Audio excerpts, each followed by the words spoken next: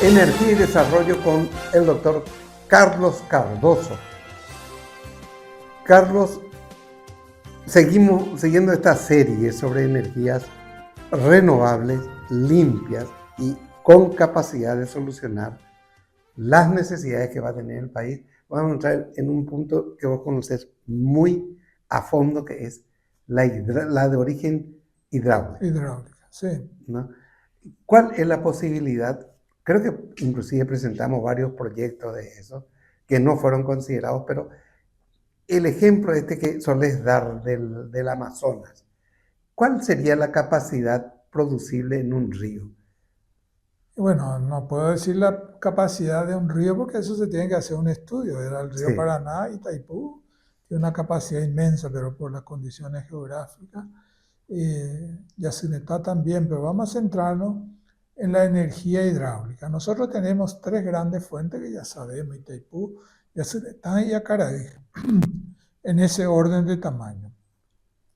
Tenemos un estudio que tengo entendido hizo el PTI de Itaipú, sí. donde él mapeó todo el país de todos los ríos y arroyos que hay, donde ellos determinaron la capacidad hidráulica de los ríos interiores del país. Solamente que acá nosotros vamos a pensar inicialmente en la crisis que se viene y cómo solucionar la crisis, porque existen, ¿verdad?, las alternativas, por ejemplo, usar una mini central hidráulica allá en el Ipané, por ahí, pero eso Sí. van a generar 30 megawatts, van a ser solución para la zona a lo mejor, ¿verdad? Sí. Pero el país, nuestra preocupación tiene que ser el país. Pero por suerte tenemos siempre el río Paraná, que tiene muchísima capacidad hidráulica todavía, Sí. y ahí es donde nosotros pensamos la instalación de un complejo de centrales, Sí. pero con turbinas horizontales que no necesita la construcción de las grandes barradas para elevar y aumentar la caída del agua, ¿verdad? No de grandes saltos. No. Aquí las turbinas horizontales realmente necesitan de flujo. Entonces, si queremos aumentar un poco el flujo, sí tenemos que ver la forma de aumentar un poco la velocidad del agua en la entrada de la turbina. Por eso todo existen alternativas. Ese complejo que vos proyectaste de crear 3 centrales con turbinas horizontales sobre el Paraná, entre Yacyretá y Itaipú, ¿eso es viable, posible? Y yo veo posible porque viste que Itaipú, la cota aguas abajo de Itaipú es 100. Sí. Y la cota aguas arriba de Yacyretá, ¿cuánto es? 82, 83. Sí. Entonces hay un 18 metros de desnivel. De diferencia. Y por eso es que el agua corre todavía con bastante velocidad. Y colocamos, yo hice eso, no hice todavía un estudio en detalle, hice una propuesta, porque eso hay que estudiar más todavía, Claro. pero veo como viable la instalación de por lo menos, no digo los solo 3, puede hasta ser más, porque... Y ese cuestionamiento del cual una vez estuvimos hablando fuera del aire, de que supuestamente podría afectarle negativamente sobre todo a Itaipú, ¿eso es real o es...?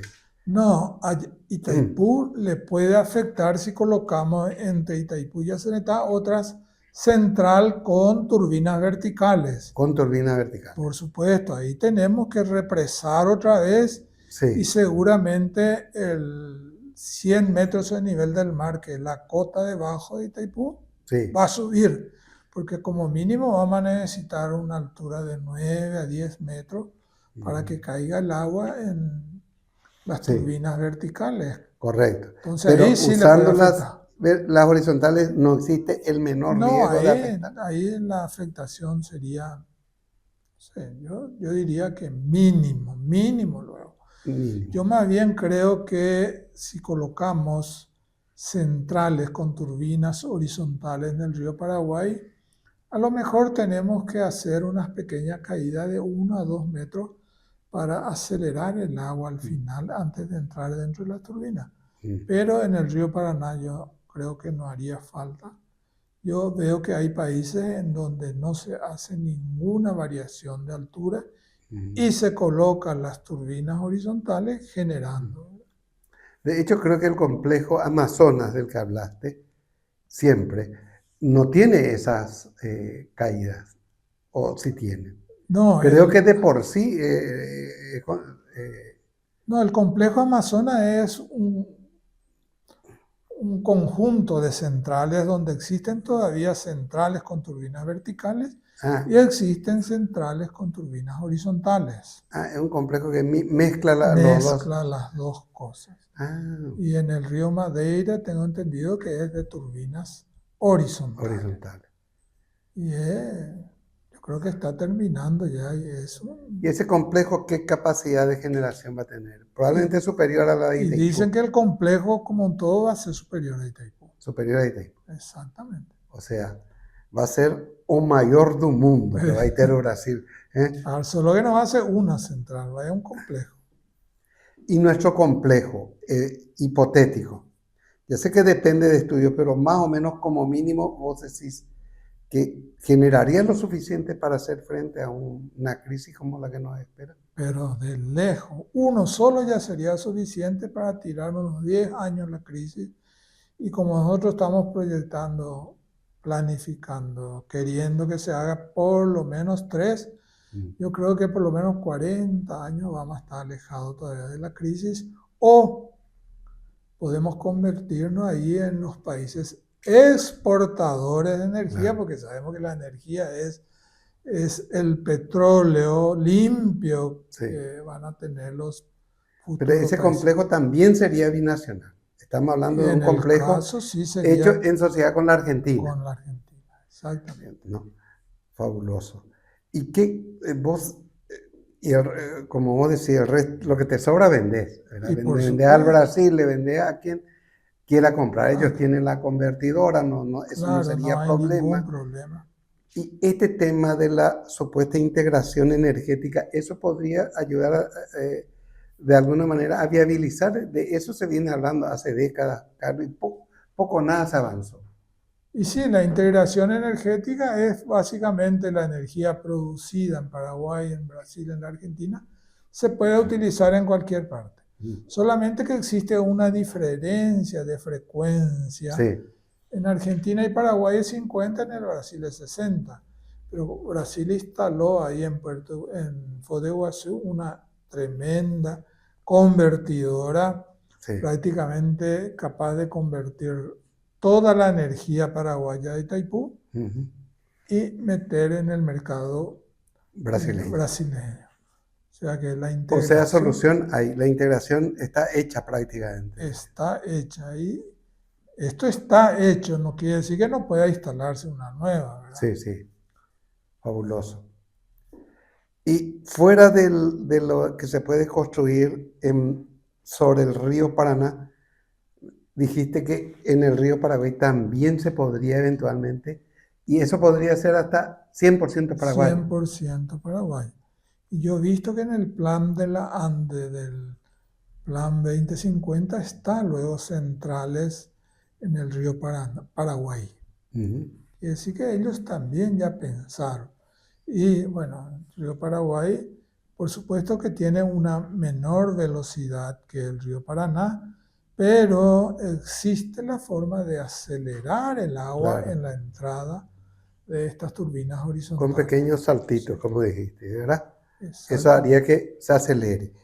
Ahora, en términos así de impacto ambiental, ¿tiene su ventaja también el uso de turbinas horizontales? Y sí, porque cuando ya vos no tenés áreas, tremendas áreas halagadas por los diques, Sí, ahí entonces no afecta prácticamente al medio ambiente. correcto. Que era el motivo por el cual Corfo no se había construido, ¿recordás? Que Exactamente. hubo un plebiscito de prohibió, era por la inundación que iba a generar. Iba Sí. por el área halagada que iba a tomar de la Argentina. Sí, Si bien que nosotros en Yacyretá, el área halagada, el 80% del lado paraguayo.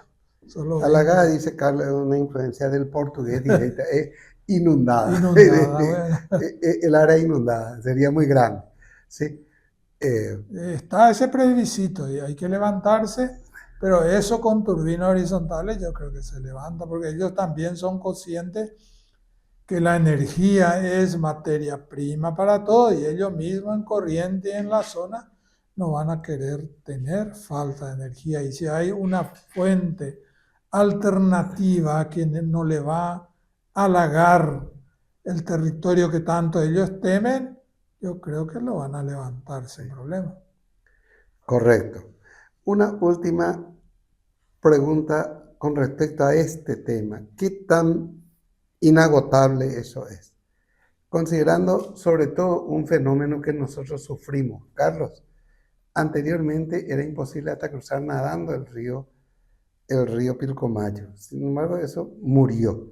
¿No corre el riesgo el río Paraná o el río Paraguay de ser objeto de algún tipo así de alta colmatación y todo ese tipo No, por supuesto que ese es una cosa que se tiene que pensar desde el momento mismo de la construcción. Hay que hacer tratamiento de la orilla del río, Sí, porque la tierra pues viene de la orilla para adentro del claro, agua. pero se puede Se prever. puede prever, se puede hacer tratamiento y Itaipú en ese caso hizo un tratamiento tan perfecto que al comienzo se decía que Itaipú iba a funcionar 50, 75 años y hoy ya está, creo que va a funcionar 200 mínimo. Claro, El tratamiento perfecto porque que ya pasó hicieron, 50 años de sí, existencia. sí, sí. Pero Correcto. es una cosa que se debe hacer, ¿verdad?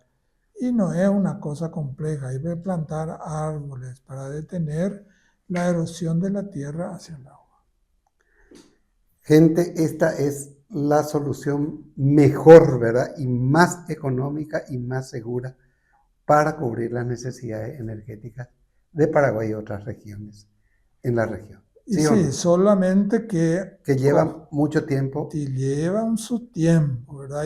Y vamos a tener que pasar por lo menos un periodo de 5 o 6 años de crisis antes de comenzar las nuevas centrales a funcionar. Entonces, Por eso vamos a hablar en lastimosamente, un próximo episodio, Carlos, de cuál es la solución efectiva para solucionar esa crisis y cuáles son los recursos reales a los que podemos apelar para enfrentar la crisis que se llega máximo en 2 o 3 años. 3 por ahí. Sí.